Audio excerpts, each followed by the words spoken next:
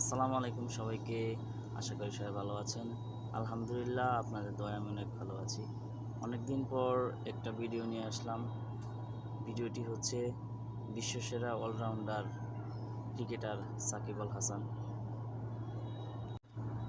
একজন সাকিব আল হাসানকে ধ্বংস করতে গিয়ে ক্রিকেট বোর্ড পুরো ধ্বংস হয়ে গেছে।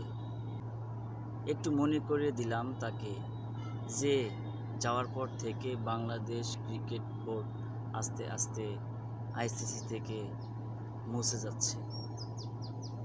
একটা কথা বলে দিতে চাই, এটা মনে রাখবেন, একদিন বাংলাদেশ ক্রিকেটের নাম সারা বিশ্ব থেকে মুছে যাবে।